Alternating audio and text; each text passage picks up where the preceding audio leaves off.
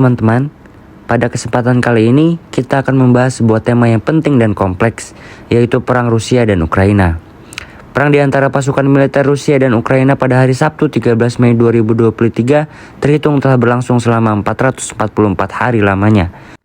Kabar terbaru dalam perang adalah Rusia mengakui kemajuan pasukan Ukraina di kota Bakhmut di Provinsi Donetsk di wilayah Ukraina Timur. Presiden Rusia, Vladimir Putin, memulai invasi ini sejak memerintahkan pasukan militernya untuk meluncurkan serangan berskala penuh ke Ukraina pada 24 Februari 2022 lalu. Dalam perkembangannya, Rusia mencaplok 4 wilayah Ukraina sekaligus, yakni Donetsk, Luhansk, Zaporizhia, dan Kherson. Perang yang terjadi di antara negara bertetangga itu hingga kini terus berlanjut dan belum terlihat tanda-tanda akan segera berakhir. Perang yang terjadi antara Rusia dan Ukraina ini tidak tiba-tiba terjadi begitu saja. Perang Rusia-Ukraina dimulai pada tahun 2014 setelah terjadinya peristiwa revolusi Ukraina yang mengakibatkan penggulingan presiden Ukraina yang pro-Rusia.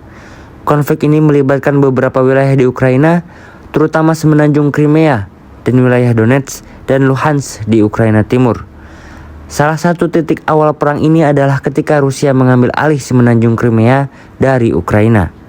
Rusia mengadakan sebuah referendum kontroversial di Crimea dan kemudian mengumumkan bahwa Crimea akan bergabung dengan Federasi Rusia.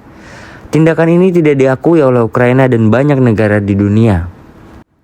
Konflik ini telah menimbulkan dampak yang luas dan tragis. Ribuan nyawa telah hilang, baik dari pihak militer maupun warga sipil. Jutaan orang terpaksa mengungsi dan kehilangan tempat tinggal mereka. Selain itu, infrastruktur Ukraina juga mengalami kerusakan serius, termasuk rumah sakit, sekolah, dan fasilitas publik lainnya. Perang Rusia-Ukraina telah mempengaruhi hubungan internasional dan menyebabkan ketegangan antara Rusia dan negara-negara barat. Banyak negara di dunia mengecam tindakan Rusia dan memberikan dukungan politik dan bahan bantuan kepada Ukraina. Alasan mengapa terjadinya peperangan antara Rusia dan Ukraina adalah faktor geopolitik, demografis, dan sosial politik. Merupakan 3 faktor penting sebagai penyebab konflik antara Rusia dan Ukraina. Ukraina dianggap sebagai poros geopolitik di kawasan Eurasia dan berfungsi sebagai buffer zone antara NATO dan Rusia, sehingga membuatnya menjadi wilayah strategis untuk menanamkan pengaruh ideologi mereka. Saat ini, Ukraina berada dalam orbit pengaruh NATO dan para sekutunya. Bergabungnya negara-negara bekas Uni Soviet seperti Lithuania, Latvia, Estonia, Polandia, dan Rumania pun membuat NATO semakin yakin untuk membawa Ukraina menjadi anggotanya. Masih dalam faktor geopolitik, Rusia juga menggunakan kekuatan ekonomi dan politiknya sebagai senjata, dengan memanfaatkan Ukraina sebagai jalur untuk memasok lebih dari 80% gas ke negara-negara Uni Eropa. Rusia juga menganggap Ukraina membutuhkan pasokan energi dari Rusia. Selain itu, rencana Putin untuk menciptakan kejayaan yang melebihi Uni Soviet dengan merangkul kembali negara-negara CIS di bawah kendali Moskow sebagai kekuatan baru, dimulai dari Ukraina sebagai tonggak awal dari proyek tersebut. Isu demografis juga memegang peranan penting dalam konflik ini. Selain faktor geopolitik, pada tahun 2014, Rusia melakukan invasi ke wilayah Crimea yang sebelumnya menjadi bagian dari Ukraina. Tindakan ini dipicu oleh banyaknya keturunan Rusia di wilayah tersebut yang memicu intervensi Rusia. Sebagai hasilnya, referendum diadakan di Crimea pada tahun yang sama. Selain itu, Presiden Rusia juga mengakui kemerdekaan Donetsk dan Luhansk sebagai wilayah mereka, dengan alasan kedekatan budaya dan sebagai bentuk perlindungan dari Ukraina. Dari perspektif sosial politik, serangan Rusia dipicu oleh penggulingan Presiden Yanukovych yang merupakan sekutu Rusia dan digantikan oleh Volodymyr Zelensky yang pro-Barat. Krisis dimulai ketika NATO berusaha untuk memperluas keanggotaannya ke wilayah Eropa Timur dan menarik Ukraina sebagai sasaran. Rusia menganggap ketertarikan Ukraina untuk bergabung dengan NATO sebagai ancaman bagi negaranya. Ukraina dinilai menjadi zona penting untuk membangun bubble zone dan membangun pangkalan militer dekat dengan Rusia oleh NATO. Ada beberapa cara penyelesaian konflik yang kelompok kami dapatkan. Yang pertama itu adalah negosiasi.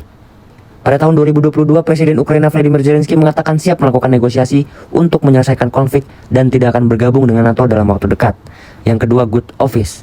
Good office adalah cara penyelesaian sengketa dengan bantuan pihak ketiga yang bertujuan untuk memfasilitasi pertemuan pihak-pihak yang berkonflik.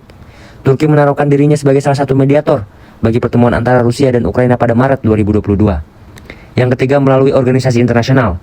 Dalam hal ini, Dewan Keamanan PBB melakukan pemungutan suara untuk mengesahkan draft resolusi yang mengutuk serangan militer Rusia terhadap Ukraina dan meminta Rusia menghentikan aksi militer serta menarik tentaranya dari Ukraina. Sebanyak 141 negara termasuk Indonesia mendukung resolusi tersebut. Tetapi Dewan Keamanan PBB tidak dapat memberikan hasil maksimal karena Rusia merupakan permanent member yang memiliki hak veto. Yang keempat adalah mediasi. Mediasi adalah upaya penyelesaian sengketa melalui pihak ketiga yang disebut mediator. Setidaknya ada 4 negara yang bisa menjadi mediator dalam konflik ini. Yang pertama, Turki, karena dianggap cocok sebagai mediator dalam penyelesaian konflik Rusia-Ukraina karena memiliki kedekatan bilateral dengan kedua negara tersebut. Yang kedua, Israel, karena memiliki hubungan baik dengan Rusia dan Ukraina, serta Perdana Menterinya pun telah berbicara beberapa kali dengan Presiden Vladimir Zelensky. Israel juga telah melakukan mediasi dengan Presiden Putin meski peluang mediasi tidak besar. Yang ketiga, Cina, karena dianggap memiliki hubungan yang erat dengan Rusia. Karena selain ideologi kedua negara yang sama, keduanya juga memiliki kerjasama bilateral yang semakin berkembang dari tahun ke tahun. Yang terakhir, Indonesia, karena merupakan negara pendiri gerakan non-blok dan memiliki sejarah yang baik dengan Moskow. Indonesia juga dianggap sebagai masa depan perekonomian bagi Rusia dan Ukraina.